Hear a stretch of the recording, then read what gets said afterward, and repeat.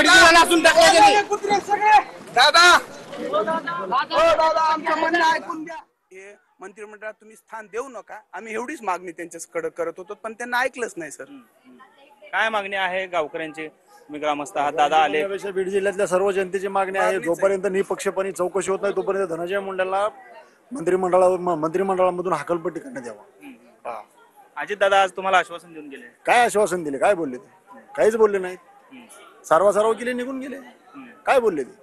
काय ठोक आश्वासन काय दिलं? ते काही दिलं नाही आश्वासन.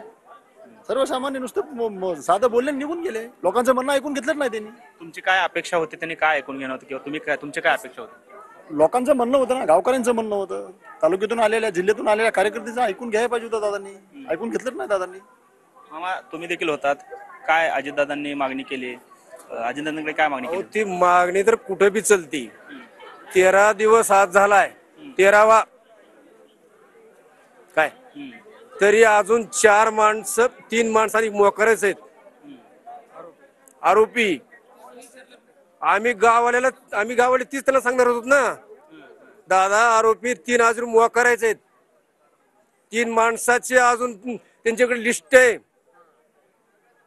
आम्हाला आमचं काहीच ऐकून घ्यायचं नाही, निघून जायचं. मग तिथूनच सांगायचं ना आम्हाला, कुठून? नागपूर मधून. आमचे आरोपी पकडलेत का? आज 13 दिवस झालं नाही पकडले. ही पकडायची लक्षणं नाही त्यांची. नाही, पकडायचे लक्षण नाही त्यांची. अजितदादांनी जे आश्वासन दिले ते तुम्हाला मान्य नाही? अजिबात नाही. काय मागणी काय होती तुमची? आणखी मागणी काय? त्या माहितीला पद देऊन कुणाला? आणि त्या वाल्मिक कराडला अटक करावा. हो, आमचे 3 ते धनंजय मुंडेला. हो, आमच्या पूर्ण गावाची मागणी ती आहे. ही कुणी सांगितले? नुसतं यायचं सांगा आश्वासन काय? ही पण पोलीस तर आम्हाला हायतच ना. पोलीस नाही काय केलं, आम्ही रस्त्यावर उतरू. आम्हाला पर्याय रस्ते उतरायचा, आमचा अधिकार आहे रस्ते उतरायचा. आणखी काही ग्रामस्थ आहेत?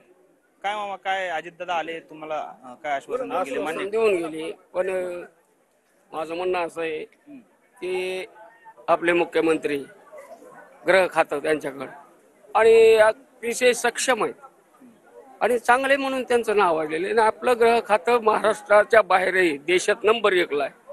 तरी 13 दिवस झाले तरी यांना 3 आरोपी सापडत नाहीत.